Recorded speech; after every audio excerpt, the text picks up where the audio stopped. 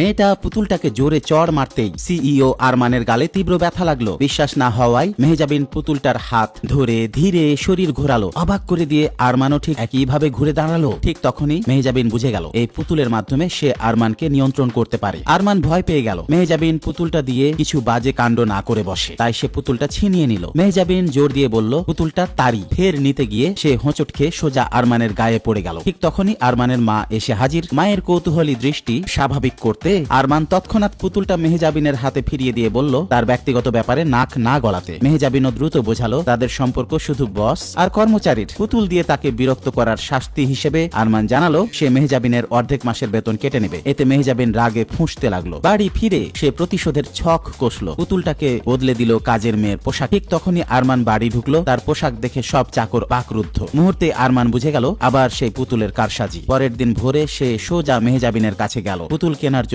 প্রস্তাব দিল $10,000। মেহজাবিন এক মুহূর্তেও ভাবলো না, না বলে দিল। আরমান ভাবলো টাকা কম, তাই $10 কোটি ব্যাংক কার্ড বের করলো। লোভ হলেও মেহজাবিন পুতুল বিক্রি করলো না। আর উপায় না দেখে আরমান সিদ্ধান্ত নিল মেহজাবিন হবে তার ব্যক্তিগত সেক্রেটারি। দ্বিগুণ বেতনের কথা শুনে সে রাজি হয়ে গেল। তবু আশ্বস্ত হতে আরমান বলল তাকে এখন থেকে তার সঙ্গেই থাকতে হবে। পুতুল কাছে থাকলেই তার স্বস্তি। ভিলাটা অফিস থেকে দূরে হওয়ায় আরমান তাকে একটা বিলাসবহুল গাড়ি দিল। সেদিন থেকেই মেহজাবিন সেই গাড়ি চালিয়ে অফিসে যেতে লাগলো। সহকর্মীরা ঈর্ষায় তাকিয়ে থাকলো। শুধু এক ধনী তরুণী নাউরা জ্বলতে লাগলো হিংসায়। সে বিশ্বাস করত গরিব ঘরের মেয়ের পক্ষে এমন গাড়ি অসম্ভব। সবার সামনে নাউরা মেহজাবিনকে থামিয়ে চিৎকার করে বলল সে নাকি কোনো বয়স্ক ধনীকে ফাঁসিয়ে এই গাড়ি পেয়েছে। ঠিক তখনই আরমান হাজির হয়ে গেল। গাড়িটা আমি দিয়েছি, কোনো আপত্তি আছে? নাউরা সঙ্গে সঙ্গে নির্বাক হয়ে গেল। আরমান মেহজাবিনের হাত ধরে তাকে বাড়ি নিয়ে গেল। বন্ধুরা, আমার গল্পের নায়ক নায়িকার নাম তোমাদের নামে শুনতে চাইলে কমেন্টে নাম জানাও। এভাবেই আসবে তোমাদের নাম কোনো এক ভিডিওতে।